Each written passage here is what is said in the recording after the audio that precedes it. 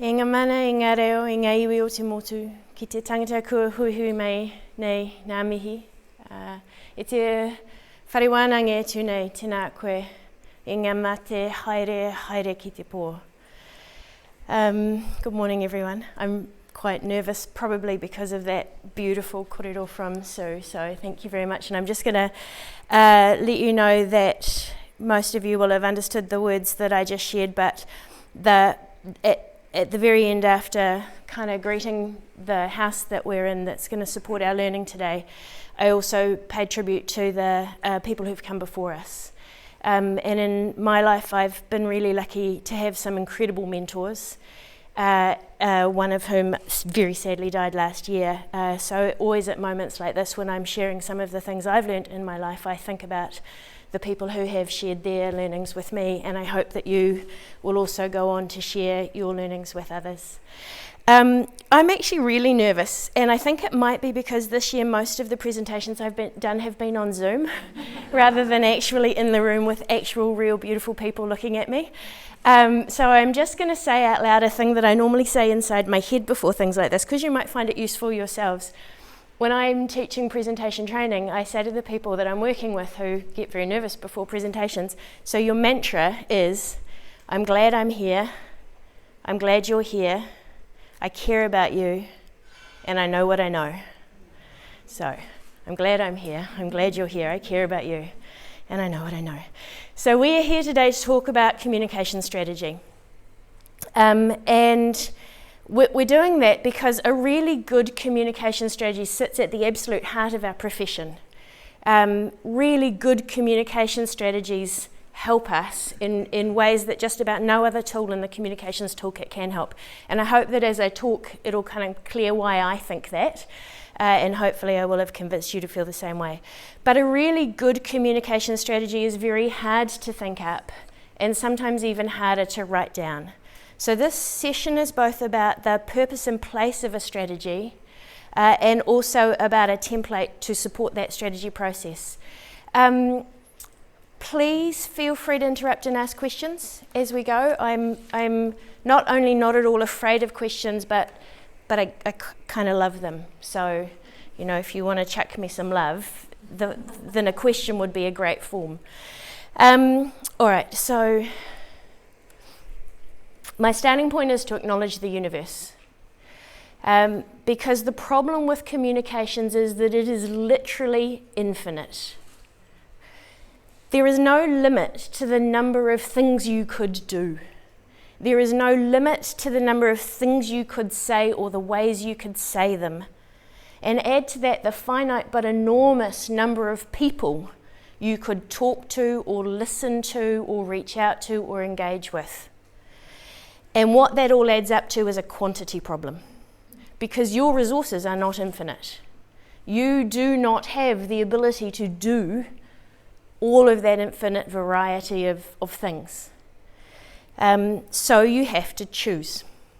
You have to choose to do some things and not to do some things, not to do most things. And without a strategy, what you choose will be random. And random based on habit or assumption or gut feel or personal preference or what you've seen someone else do or what you've done before, but not necessarily what you need to do. So a strategy helps you understand the infinite varieties of your circumstance and provides the organizing framework to help you decide what small number of things in this infinity of possibilities that you will do. So with that in mind, a strategy isn't a document, and a strategy isn't a set of tactics even. It's a solution to the problem that you have, which is, what do I do? And preferably the most elegant solution to a perfectly understood problem.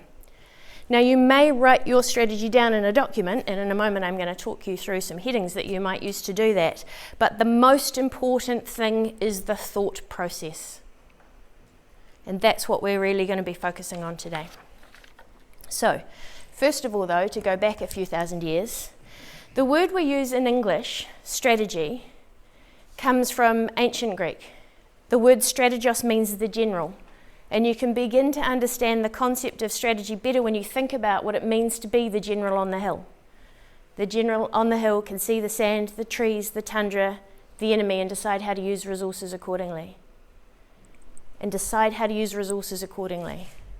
And when you really understand that, that's when you really understand the purpose of strategy. And I've only just realised that standing right here, I'm probably blocking the view of the screen for the people in this part of the room. Are you all right? Okay, all right. If you, yes, ma'am. Here's a question. Oh, good. Will there be some notes available? Yes. Yes. I'm going to make these slides available.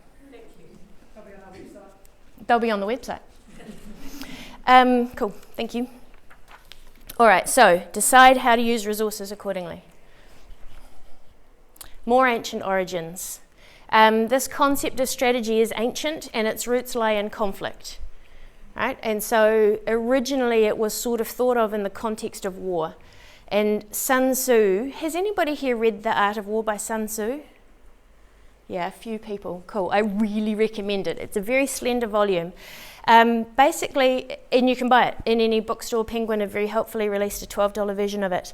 But it's a treatise articulating what it takes to win. And it reads like a poem, and it's full of incredible wisdom. And part of it articulates the concept of strategy. I'm not sure that he ever actually uses the word, but the concept is what he's articulating. And one example that I've got on the slide here, he said, victory belongs to the side that scores the most in temple calculations before the battle. So you will win if you do the most thinking. And the same goes for us with our communication strategies. We will do a great job if we do our temple calculations before we go into battle. Now, Sun Tzu also said there's really no template for winning for a successful project. Victorious campaigns are unrepeatable. They take form in response to the infinite varieties of the circumstance. So, okay, that's it. That's the session done. No template for comms. Having said that, though, it is possible to think of some standard thought prompts to help you through that thought process and help you understand the infinite varieties of your circumstance. So a format, I guess, that helps you through your temple calculations. And so that's what we're doing. Really, this is just my way of saying, please, if you take away this template, don't treat it like a template. Don't treat it like a basis for filling boxes. Really, this whole lecture bit at the beginning here, before we get into the how-to, was please do the thinking. Okay? So when you see the template, which I'm about to put up, you'll go, oh, cool. Those are headings. I get those headings and I know how to fill them in. The point is not how to fill them in. The point is how you're thinking about it. And really thinking about understanding the infinite varieties of your circumstance. So that's what we're going to kind of try and grapple with here. And what I want to really ask of you as you're doing this, even when you see headings in here that look familiar to you, even when you see ways of thinking about this that you think, yeah, I know that, really ask yourself, am I using this tool as well as I could? Could I make kind of better, deeper use of this tool, right? So, yes, the next thing I want to say is, so in a minute, I'm going to put this template up. You're going to kind of go, cool, that's not rocket science. I get that. That's fine. It isn't rocket science, but it is a really rock solid logical framework for this thought process that I'm going to talk through. Good morning. It kind of creates a place for everything and everything in its place. And it also creates boundaries within which the freedom to be really creative can flourish. I know that sounds slightly counterproductive, but I think boundaries often do create greater freedom for really both rigorous thought and creativity. So as I said, the key to the template isn't so much the headings or the words that you write under them, but the thinking you do. I probably have made that point and I probably can let it go now. All right, so here it is. the not so rocket science template. It's a series of headings that describe the thought process. They can be useful both for the thought process, just to help you work through it, and for the document that you might write as a record of the thought process. And I'm going to talk you through each one and some of the ways that you might think of each one. So that's pretty much what we're going to be doing today. Now, you might be thinking to yourself, hey, that looks a little bit like a lolly. And there's a reason for that, because the really yummy bit is the bit in the middle, right? That's the best bit. So many times I have seen documents that are called communication strategies and they're all wrapper. There's no lolly. So we'll come back to that thought as we go. Kate Raworth has donut economics, and I'm thinking maybe I could have like lolly strategy. All right, so the middle is the best bit. It's the solution to the problem, right? And without that middle bit, you can't possibly know what you're going to do. So up here is problem, there's solution, and there is just kind of everything that follows. The very act of writing it down like this makes it look linear, right? So start at the top, work your way down. And you certainly can do it that way, but you don't have to.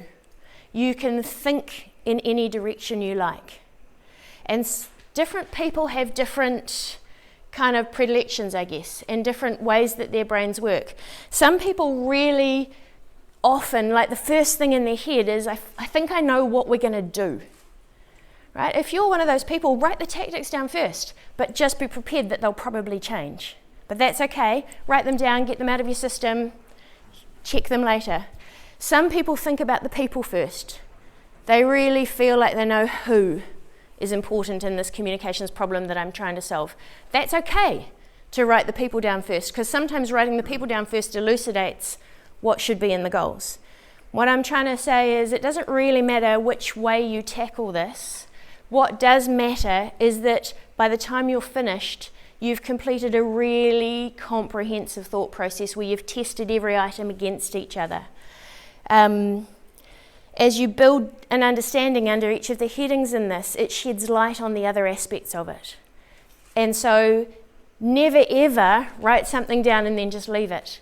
The point about this thought process is the iterative nature of it. Every little bit you add should help you think about the other bits that you started with differently. And again, we'll talk about this as we go. So the iteration is really tiring, but it's really good. The other thing that's good is synchronicity and symmetry. So what you have in the end in your goals ought to be effectively the same as what you're measuring in your evaluation. What you have in your tactics should match what you've articulated in your strategy, right? And again, we'll talk about this, but that synchronicity and symmetry are really, really important. It should all be internally consistent and comprehensively understandable within that frame. Okay, cool. Any questions about my lolly? All right. Okay, so we're going to go through each of the headings. In a few of them, I'm going to slide off into some examples, which are just examples, and please challenge me, question me as we go. All right, so I've said the first thing we're going to do is some sort of framing thought, right? And again, when I say first, it doesn't have to be first. Remember, you can jump in wherever you like. I often find it really helpful when I'm doing the problem solving, though, to rest in this space, because this is my moment to be clear. What am I doing here? What's the problem I'm trying to solve? What's the problem? What are the problems I'm not trying to solve? What's my role on this project? What's the role of communications? These are all the things that you can think about in this kind of framing moment to help you be really clear. What is this about and what is this not about? I've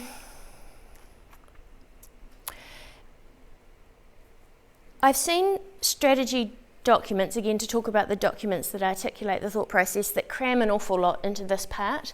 Lots of background, lots of context. Don't do that. Because that background and context is part of the understanding the problem, which comes later. What you're really trying to do here is in your own mind, and then in the mind if it's a document of your reader, to be super clear about why this and why now. Okay? I've said at the very end there, SCQA. Has anybody seen that framework before? So those letters stand for situation, complication, question, answer. And it's a magic technique for really quickly forcing yourself to understand what is my situation and what does make it complicated, therefore why am I in the position of trying to write a strategy? What is the central question we're trying to answer here with this strategy? And what's my answer, or how am I going to approach thinking about it? So because I think SCQA is so magic, I've given you an example on the next slide, which is, I couldn't find an example of a comm strategy that I could share openly with you because the comm strategies I've worked on aren't mine. They're other people's. So I've made something up. All right, so situation. Portchester Consulting, that's the name of the consulting, not business, that I operate under. Portchester Consulting has created a strategy template that it wishes to share with members of the communication community. That's the situation. Complication, but some communication professionals believe strategy can't be templated and that creating a template presents a risk that practitioners will take shortcuts in their thinking. Right, so that's the complication. That means that I can't just kind of send a template to all and sundry. Question.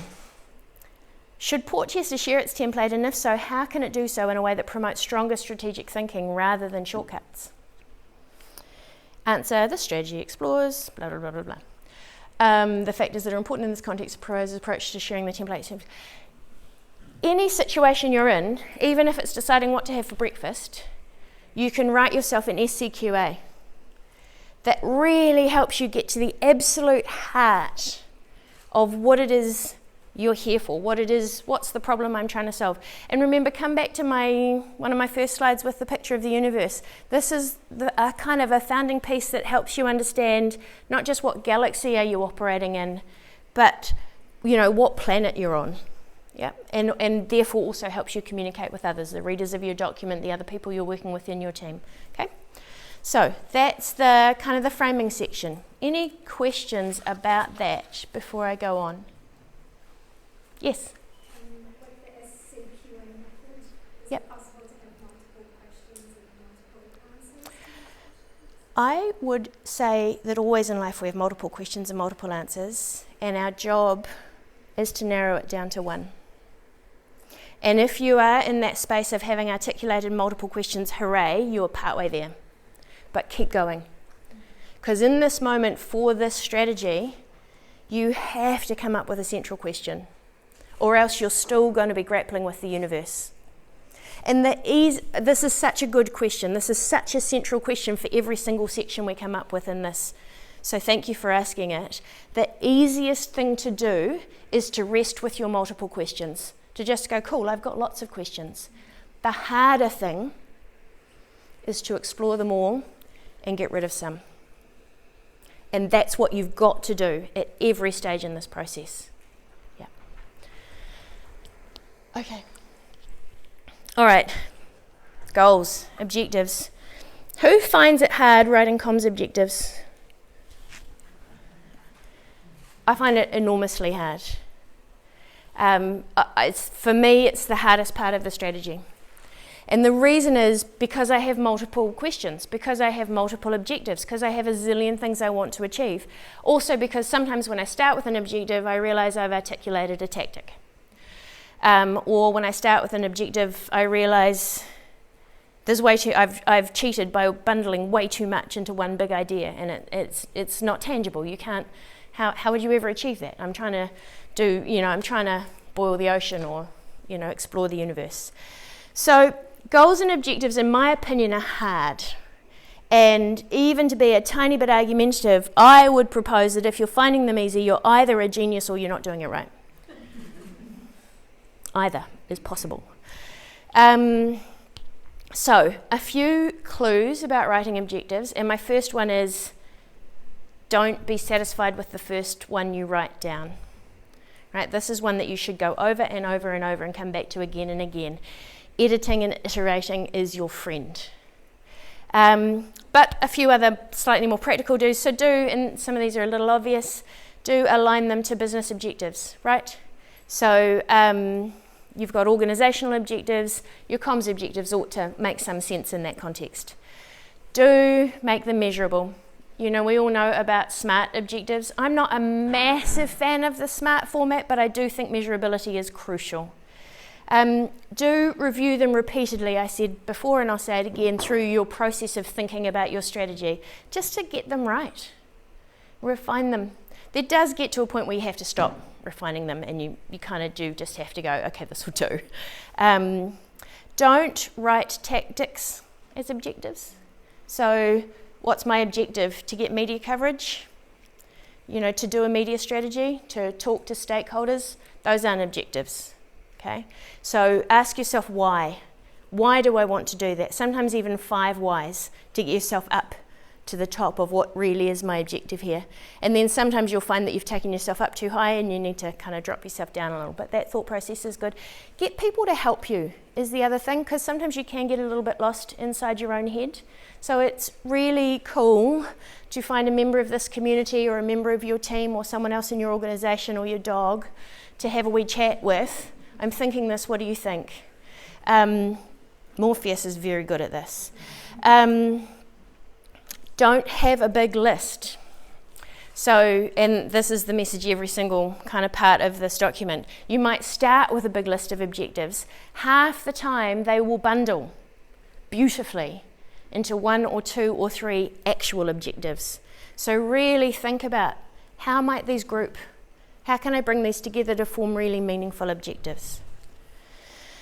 Questions about goals and objectives before I move us on? Oh, please. I'm just interested in the measurement one because that's always a bit of a hard one, and particularly probably for the not-for-profit sector. Yep. There's measurement. Yep. Do you have any tips on that? When we get to the evaluation section, because I said before, you know, you're going to have a straight line between your goals and your evaluation, and this is why actually being super iterative about this is really useful. One of the good things to do is also think, how will I know if I've been successful? And how will I evaluate this? And sometimes that sheds light back up the path onto the goals. So maybe when we get to the evaluation section, we can ask that question again and see if that's been helpful.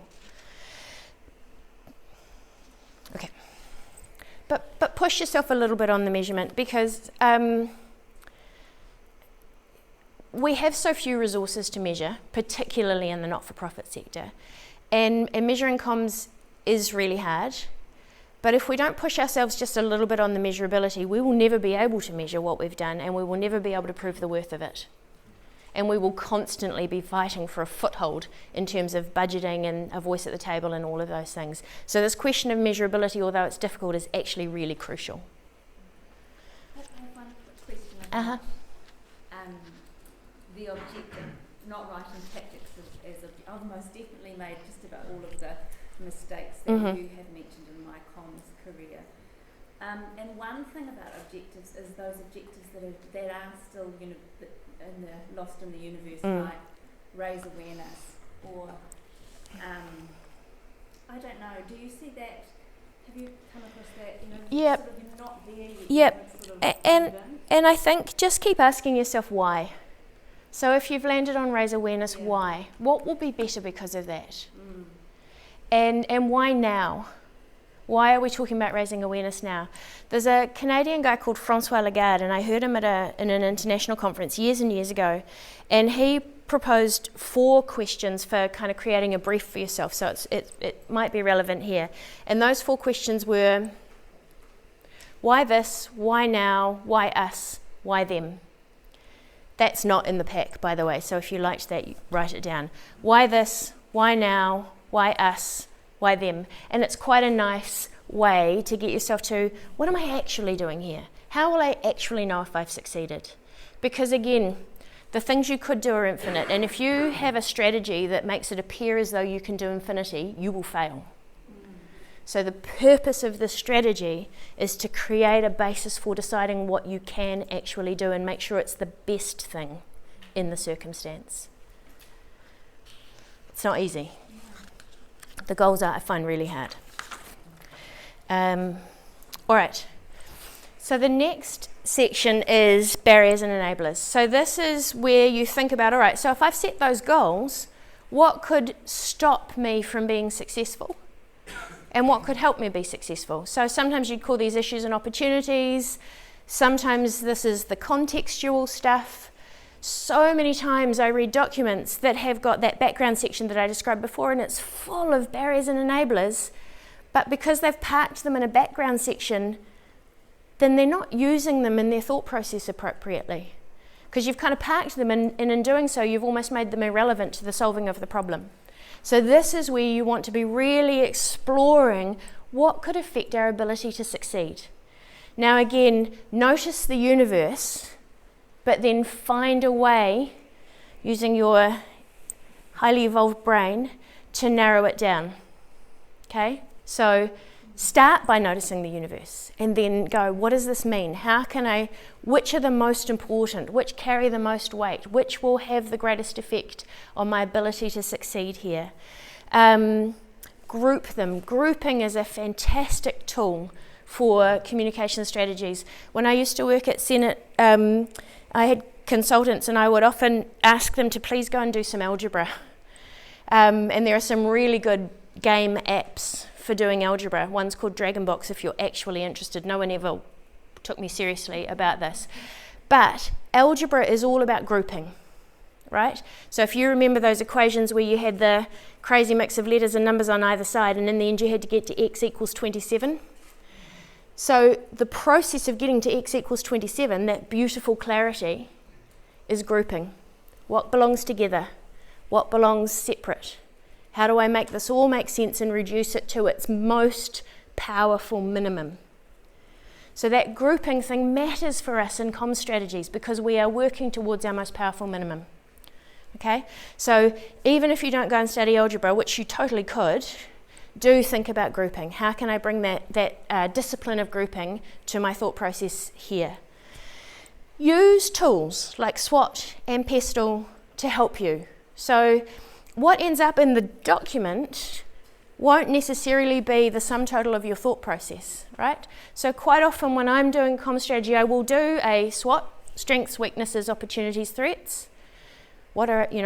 Or a PESTLE, which is just another framework. It's what are the political factors, what are the economic factors, what are the societal factors, technological, legal, and something or other else beginning with E. Thank you.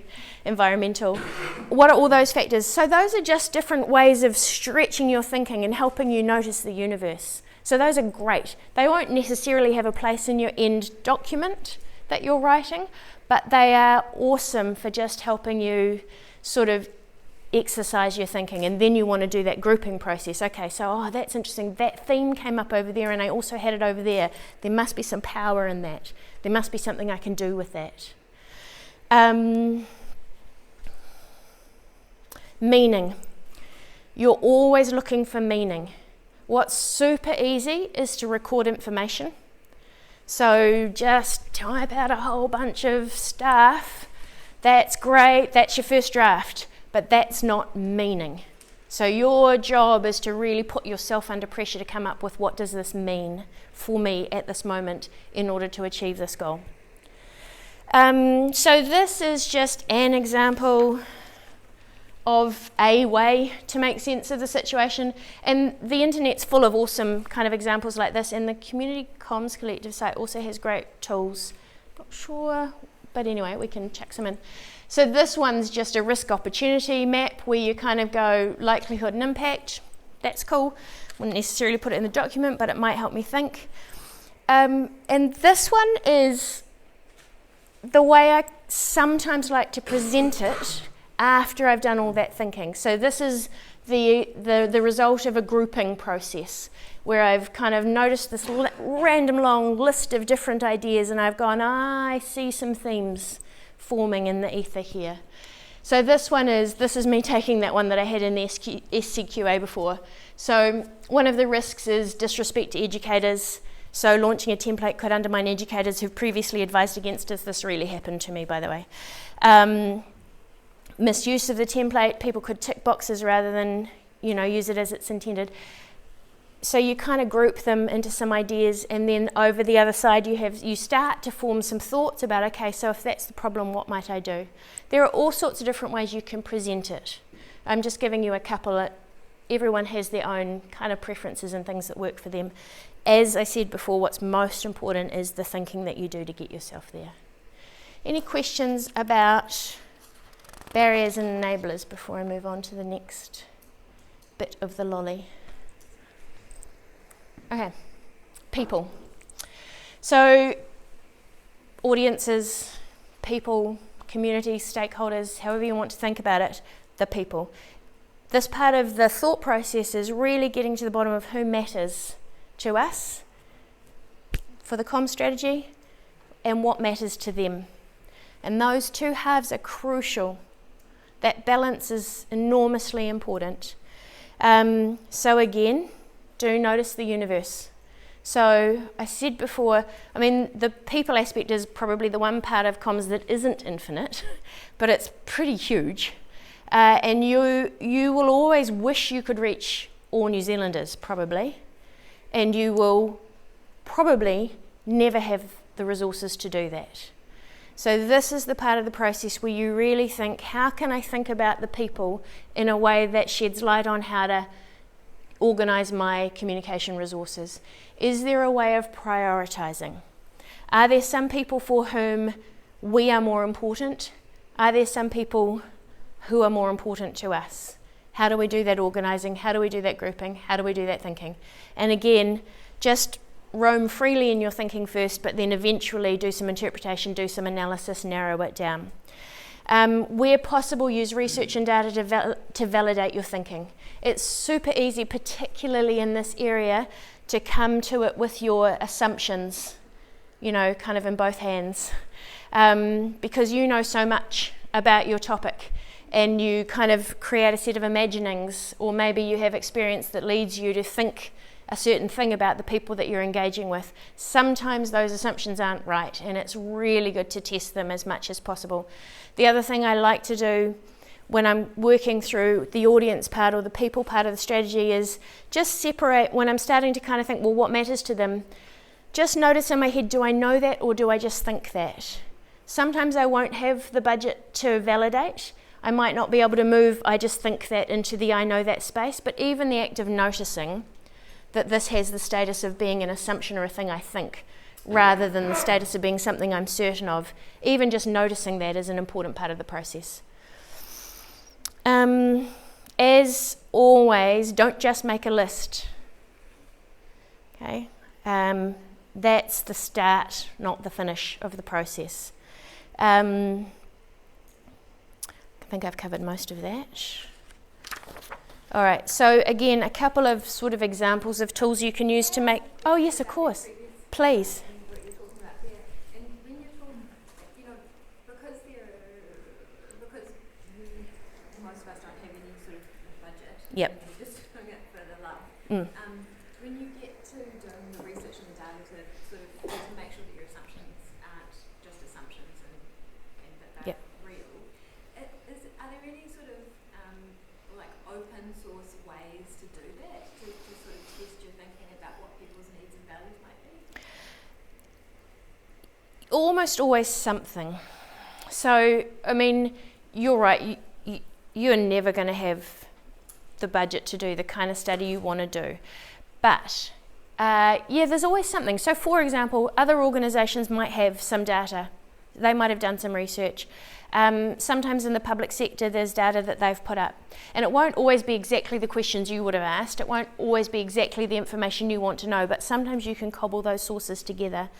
One thing I did one year, it's a really long time ago now, with the AIDS Foundation, was they did have there was a mixture of academic research and some old market research, and what we did was we took 6 research documents that were kind of in the vicinity of what we needed to understand, and this is a kind of a cool exercise to do, got 6 of the people in the organisation to read them all, and then we sat down in a room together and said, okay, So what generalisations can we make now that we've read this? What does this tell us about the people we need to reach? And what are the questions that we still have? So that's about kind of mining existing resources. And the reason it's good to get more than one person in the room is we each carry our own prejudices that we don't even see. There's a really good book about understanding people called How Customers Think. And it's by Gerald Zaltman, published by the Harvard School of Business, I think. And in it, he talks about the importance of having more than one person looking at audience data to really test our prejudices and assumptions. Even doing that can deliver more information than you had just kind of interviewing yourself. The other thing that you can make use of is, so for the Good Registry, you know, one thing that between us we do is we always look for other people's research that might sit kind of in our territory and try and bring it into play. How does this help us? It's not perfect, but it's kind of part of the picture. And again, I say, even if it's just what you think, that's okay, but just be clear. I'm not certain about this, but I think it. And just kind of carry that through. I hope that was a little bit helpful. All right, so making sense of people. So, you know, that's the list. That's good, that's a good start, but can you plot them, for example? And there are lots of different ways you can think about it, but can you plot them based on who has the biggest influence on our ability to achieve our goals and who has the greatest interest in what we're doing? They're not always the same thing, and it can be really interesting to see what happens when you apply that sort of framework to thinking about the people. And I mean, that's just, again, just one framework, and you would, depending on your circumstance, you'd probably change the words that you put in those different quadrants. You'd sit there and think about it. But it's, you know, it's always good to have different ways of thinking about it. And just to really belabor the point, if you're writing a strategy document as a result of your thought process and you find yourself writing a people section that looks like this, don't stop there, okay? Really think about who are these people. So, for example, you might have the same people, but you push yourself into thinking, okay, what do they care about? Either what do I think they care about, what do we know they care about, what do we have evidence to show us that they care about, what are the anecdotal sources of evidence that our organisation collects or whatever. And then therefore what are our considerations? So again, just another format. You can cut this any way you like, but the point is push the thinking into really bringing some meaning to the information, which is the list of people.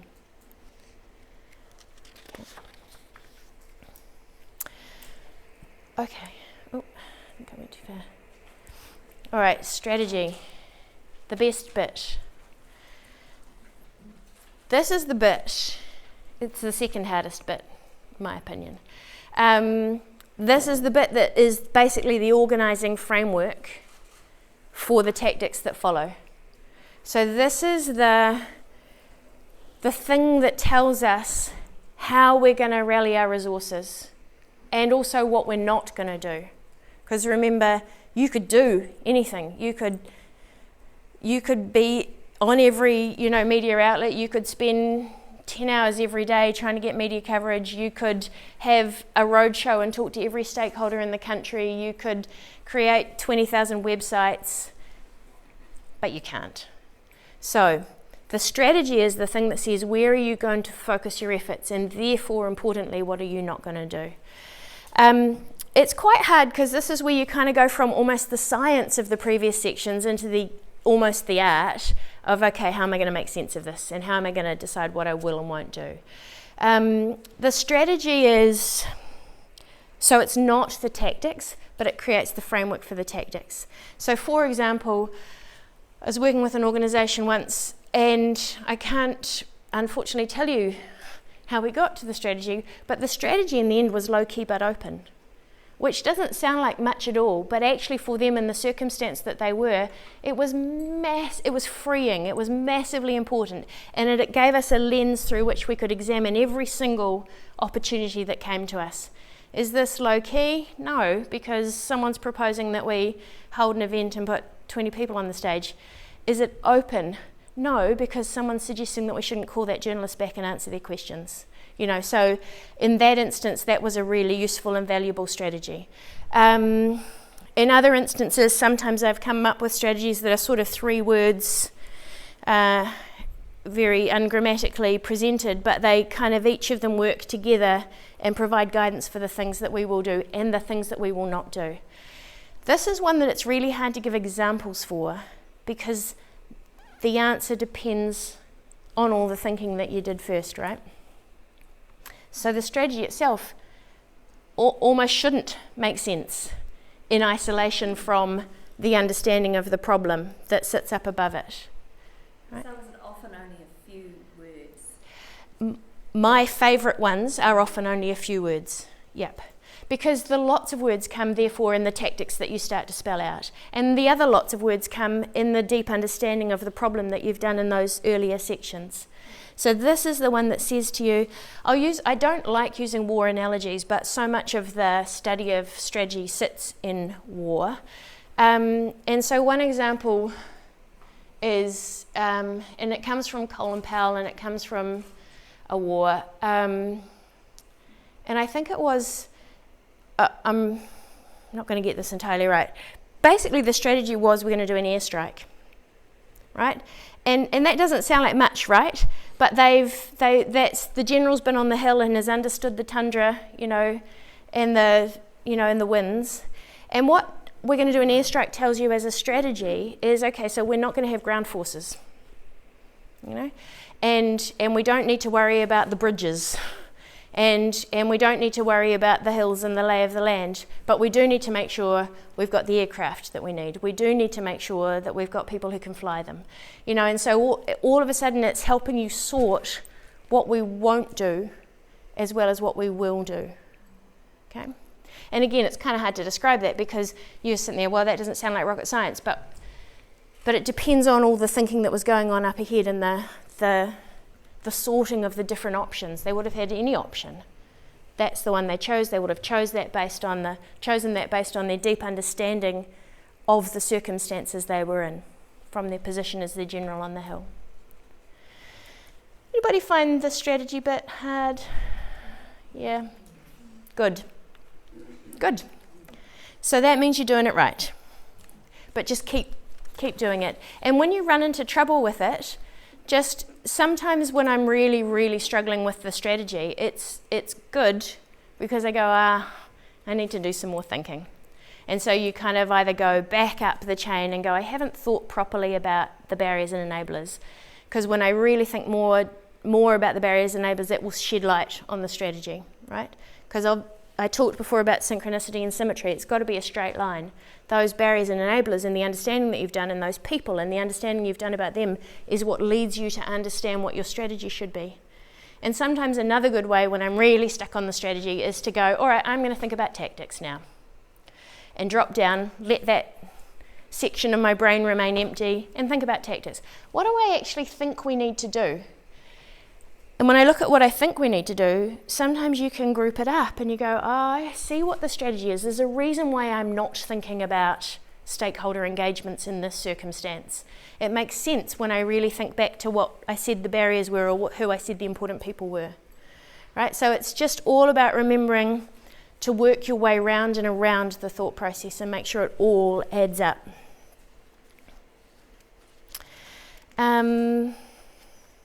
Any other questions?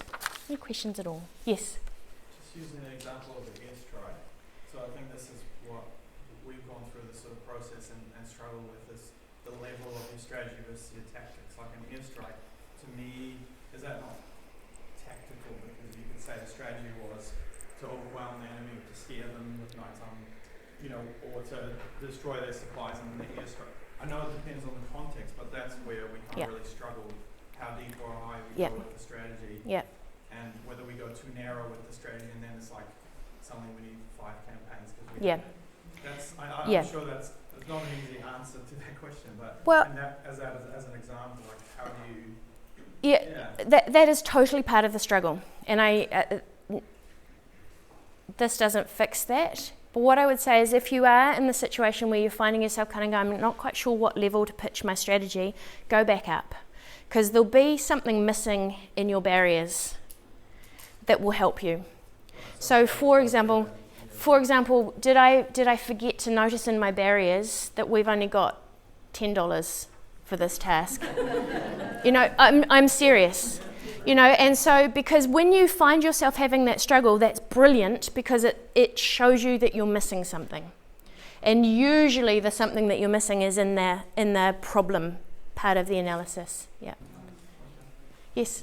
So can the barriers and enablers be all about the resources that you've got? I mean, can it be anything that enables you, whether it's a resource or a skill or a willingness? It can be internal or external. I mean, I think the important way to do that is it's not only about external barriers. If one of your barriers is, I can't afford to do this thing that I've been set to do, then you need to articulate that, because that then drives you into an entirely different place in your strategy than you would have been otherwise. Remember, the general on the hill is noticing the resources. Yep. Can I just add to your question about the airstrike? It's a very good one because, you know, is it the strategy or the tactic? And I was thinking, but the key really is the how, but both are hows, aren't they? Tactics are how as well as strategy. Yeah. The how we will solve our problem. The strategy is your organising framework, and it is a how. And tactics are also hows. And you can tie yourself in knots about this. We can all tie ourselves in knots about this. And to a certain extent, that tying in knots is good. So when you are struggling with what position should this be at, I want you to struggle with that. But at some point, you have to kind of go, cool. I've explored that now, and I'm reasonably happy that my internal logic is fine. So because the question is what's the set and what's the subset, and how big are you going to make the set, and therefore how big can you afford to have the subset? I think that's kind of what you're articulating. And so you rest where it's important to rest for the piece of work you're doing. And what's most important is the thinking you're doing to get there. Yeah. And look, this is, I talked about algebra before. This isn't algebra, right? There is no singular right answer. So almost everything you will ever do in comms, this is why comms is so hard and it's so hard to get influence, you could run an argument either way. Almost everywhere you land, someone will be able to actually validly argue for a different landing point. Your job with a really good strategy is to anticipate all of those arguments and try and kind of knock them out. And every strategy you do, every approach you take will have upsides and downsides. The job of this process is to just see those as clearly as you can and anticipate them and plan for them. Yep. Cool questions, thank you. Strategy, you'll notice I haven't given an example of strategy because it's hard. All right, narrative. So many people call this the key messages section of the document. A, I hate the word key. And B, messages, I think, drives people to do bullet points like I've got there. And actually, I don't think those are helpful on the whole. They have their place. I have sometimes used them. But I think what happens is people end up getting these exhaustive lists of bullet points that help nobody. Because again, it's the universe rather than the central piece that is important for us here and now. So the narrative, I think about, what is the right story for this time? How am I going to describe what we're doing? And it should be super tight. And it should then sit, if you get that right, it should then sit at the heart of everything that happens as a result of this comm strategy, right? So it should sit at, if you have to write a media release, heaven forbid, then the narrative you write there should form the basis for that. If you're writing web content, that narrative should flow through. There should be nothing that narrative can't flow through to. If you're readying your spokesperson to answer questions, that narrative should be all they need to really centre themselves in the proper story for this moment. So bullet pointed messages are often not helpful in that circumstance. But our audiences, and by that I mean our internal audiences, the people we're sometimes writing the strategy for, sometimes expect to see them. You do need to be thoughtful about that. But try and get them to unexpect it. So what you're really asking yourselves again is, what's really the story here? And again, as with everything else, how can I group it, and how can I leave things out? All right. Also, no example. Sorry. Okay, tactics. Some people, this is their favourite bit. For me, this is my least favourite bit. Everybody's got a different brain. There is no point in a strategy without tactics, just as there is actually no point in tactics without a strategy. Okay? So they both really, really, really matter. So the tactics is, if that's the problem, if that's what we're trying to achieve, if that's who we're trying to achieve it with, if that's what could get in our way, if that's our organising framework, therefore what are we going to do and not do? So this is your to-do list, basically. So I've actually written here, if your strategy is a ground offensive, then you're not going to have scrambling your aircraft in your list of tactics. So it's kind of the other way around of the example I gave before. So the tactics have to be aligned to the strategy, and you need to be disciplined about this.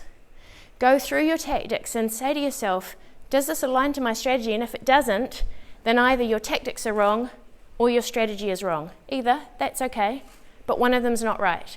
Don't accept dissonance between your strategy and your tactics. Figure out which one's wrong and amend it. And sometimes actually coming up with the tactics is brilliant, because you realise, I have got my strategy wrong, because I actually know we need to go and brief our stakeholders, and I've created no space for that in my strategy. Also, this is sometimes what sheds light on that barriers section. So sometimes when you're doing your tactics, that's when it drives out, oh, I've got limitations here, and maybe I didn't notice those limitations up there. And so you go back and you pop them in, and then you see, oh, how does that change everything that follows? Yep, so it's this lovely circular iterative process. Another good, that America's Cup metaphor that some of you will remember, will it make the boat go faster? I just like that. It's quite a nice, practical, tangible way of thinking, especially when you've got so few resources. Of all of this is this most powerful minimum idea again. What's the most powerful minimum set of things that I could do? Yep. All right, now, Gail, evaluation.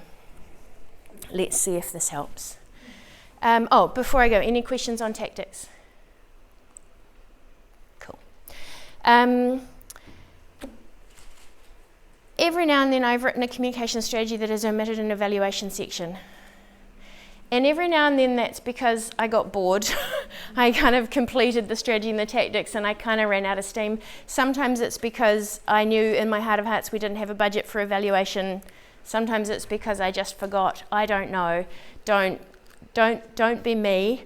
Have an evaluation section. And the reason is the what I said before, which is communications people are often not very good at evaluating our work, and partly it's because we can't afford it, and partly it's because we're always rushing to the next thing, but partly that's why we have trouble proving our worth.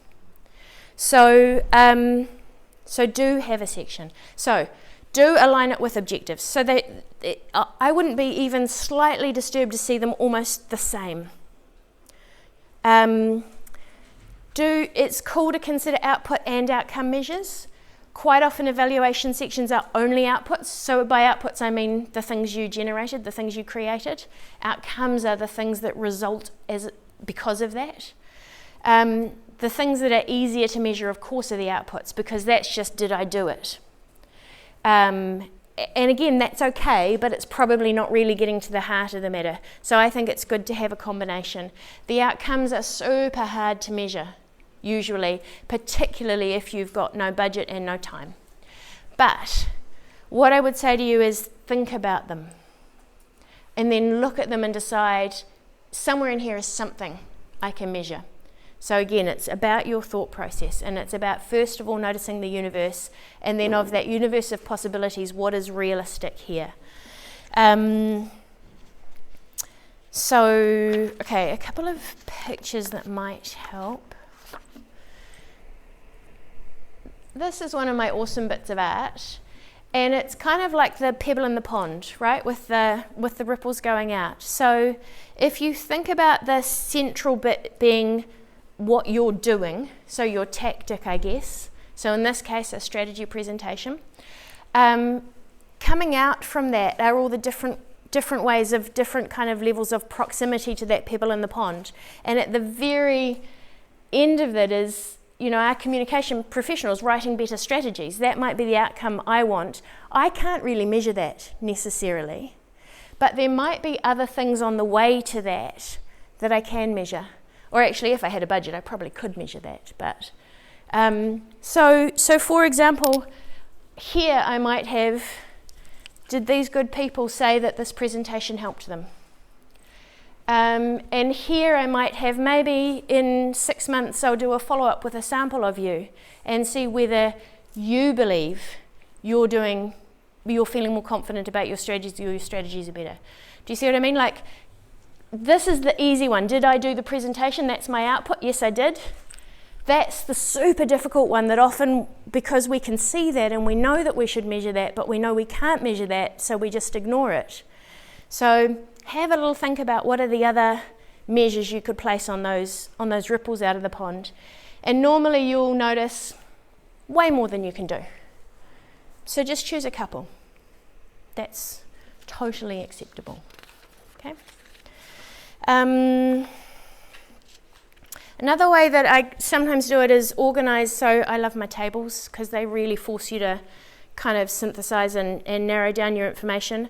But you could have a table that has outputs, process, and outcomes, or something like that. And you just notice a couple under each heading and then how you will measure them. And then there's another one here. This one's just around outcomes. So there are better strategies, better conversations, and an elevated profession. What would indicate that and how we're going to measure that. Yep. So that's an example for a kind of evaluation approach you could put in a strategy. But again, what's important is not so much this example as your thought process about how will we know we've been successful, and therefore how can I articulate that and act on that. All right, nearly there. So I just want to remind you of this quote right from the beginning. So the template itself doesn't really fix anything. It's a process.